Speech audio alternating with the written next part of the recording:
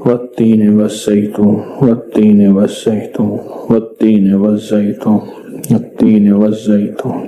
اب ان ہتھیلیوں میں دونوں ہاتھوں میں پھونک ماریں اپنی اب اس کو پورے بدن پہ پھیریں، اپنی نسلوں کا تصور کریں، اپنے گھر والوں کا تصور کریں، ساری امت کا تصور کریں، پورے بدن پر اس کو پھیریں۔ اللہ اکبر، کیا مبارک ہے آپ کو، کیا سعادت ہے آپ کو، کیا برکت ہے آپ کو۔ آپ نے وہ عمل کیا، درویش کرواتے تھے سال میں ایک دفعہ، منزلیں مارتے مارتے لوگ اس عمل کو کرنے جاتے تھے، اور جاتے ہوئے اس دنیا سے جاتے ہوئے وصیت نصیحت کرتے تھے اور اپنے گھر والوں کو تسلیاں دیتے تھے کہ دیکھو خیال کرنا، تم پریشان نہ ہونا، ہم نے والتین والزیتون کا عمل کیا ہے، اللہ غیب سے کھلائے گا، پلائے گا، رزق۔ یہ درود پاک پڑھے گا، 70 فرشتے آئیں گے، شیطان بلیات اس سے ہٹائیں گے، کلمہ نصیب کریں گے، روح پروں میں لے کے جائیں گے، اور سبز کپڑوں میں اعلیٰ علیین میں جا کے اس کی روح کو رکھیں گے، اور قیامت کے دن وہ بندہ ایسے کھڑا ہوگا جیسے نبی کھڑے ہوتے ہیں، اور ایسے چلے گا جیسے انبیاء۔ لوگ پوچھیں گے کون ہے؟ کہا نہ نبی ہے نہ رسول ہے، کملی والے کا ایک امتی ہے جس نے یہ درود پڑھا تھا۔ اگلی بات عجیب سنیں، یہ درود پاک جو میں ابھی بیان کر رہا ہوں پڑھتا ہے، فرمایا اللہ جل شانہ اس کے منہ میں وہ نور بھرتے ہیں کہ کیا بنی اسرائیل سے لے کر قیامت تک کے ہر امتی کو بھی نور تقسیم کرے، اس کا نور ختم نہیں ہو۔ اللہ منہ میں نور بھر دیتے ہیں، اللہ دل میں نور بھر دیتے ہیں۔ اور ایک فائدہ اور بتاتا ہوں، اور فائدے ہیں۔ فرمایا جو درود پاک پڑھتا ہے، اللہ پاک اس کی نسلوں میں اور اس میں وسعت تونگری کے وہ دروازے کھولتے ہیں جو کبھی بند نہیں ہوتے، کبھی بند نہیں ہوتے۔ یہ میرے بائیں ہاتھ پہ، میرے لیفٹ سائڈ پہ چوک ہے، اور یہاں 2 پلازے ہیں۔ ان پلازوں کا مالک ایک وقت ایسا تھا، یہاں گلبرگ لاہور میں ایک جگہ ہے، وہاں ایک بندے کے پاس جاتا تھا، اس کو 100-200 چپ کر کے مٹھی میں دے دیتا تھا۔ وہ مالک تھا، ایک وقت آیا قسمہ پرسی میں، اور اسی میں موت آ گئی، اسی میں موت آ گئی، اسی میں موت آ گئی۔ جو یہ درود پڑھے گا اللہ اس کی نسلوں میں، اور اسے کیا نہیں، اللہ تونگری کے دروازے بند نہیں کرے گا۔ آج تو پتا ہے میں مالدار ہوں، کل خبر نہیں کہ میرے نسلوں سے چھن جائیں اور میری نسلیں فقر فاقے اور غربت میں چلی جائیں۔ آج یہ درود آپ کو عطا بھی کر رہا ہوں، یہ پہلی دفعہ عطا کر رہا ہوں، پہلی دفعہ۔ اس کو ہدیہ بھی دے رہا ہوں کہ میرے حضرت سے، ڈاکیے کی حیثیت سے، کسی بزرگ کی حیثیت سے نہیں، میں ڈاکیہ ہوں، نہ ولایت کا دعویٰ ہے۔ ہاں ایک چیز ہے، کیا کہ آخری وقت میں اگر کلمہ نصیب ہو گیا تو پھر میں بہترین ہوں۔ تو یہ درود پاک عجب ہے، پہلی دفعہ ہدیہ کر رہا ہوں، بڑوں نے دیا ہے ڈاکیے کی حیثیت سے، ڈاکیے کی حیثیت سے۔ اور اس درود کو زندگی میں ایک دفعہ پڑھ لیں، روز ایک دفعہ پڑھ لیں، اللہ کبھی تونگری کے دروازے بند نہیں کرے گا، انشاءاللہ انشاءاللہ انشاءاللہ۔ یہ درود اتنا طاقتور ہے، تونگری، مال، دولت، رزق، عزت، صحت، وقار، شان و شوکت، اللہ تونگری کے دروازے، یعنی اس چھوٹے سے وعدے کی گہرائیوں میں جائیں۔ آپ نہیں جا رہے، توجہ نہیں کر رہے، اللہ کبھی تونگری کے دروازے بند نہیں کرے گا۔ وہ تونگری سے مراد روز رزق ہے، وہ صحت ہے، وہ عزت ہے، وہ وقار ہے، وہ معاشرے میں شان و شوکت ہے، وہ زندگی کا کوئی نظام ہے، اللہ کبھی تونگری کے دروازے بند نہیں کرے گا۔ یہ ایک درود ہے، اور فضائل درود شریف میں شیخ الحدیث نے اس کو لکھا ہے، یہ ایک درود ہے، اس کے عجیب کمالات ہیں۔ اکثر میں نے آپ کو دیکھا نا، درس میں شروع کرنے سے پہلے میں یہ پڑھتا ہوں، اور میری زندگی میں ایک واقعہ ایسا ہے کہ میں نے اس درود کے فوائد بیان کیے ہیں زندگی میں، صرف غالباً ایک بار اس درود پاک کے فضائل، برکات اور کمال بیان کیے ہیں، شاید ایک دفعہ۔ عجب درود ہے، اللہم لک الحمد کما انت اہلہ، اے مولا میں تیری حمد کرتا ہوں جتنا تو اس کا اہل ہے۔ اللہ کی اہلیت کتنی ہوگی، اللہ کی عظمت کتنی ہوگی، اللہ کا وقار، اللہ کی شان و شوکت، اللہ کا غلبہ کتنا ہوگا، کوئی گمان کر سکتا ہے؟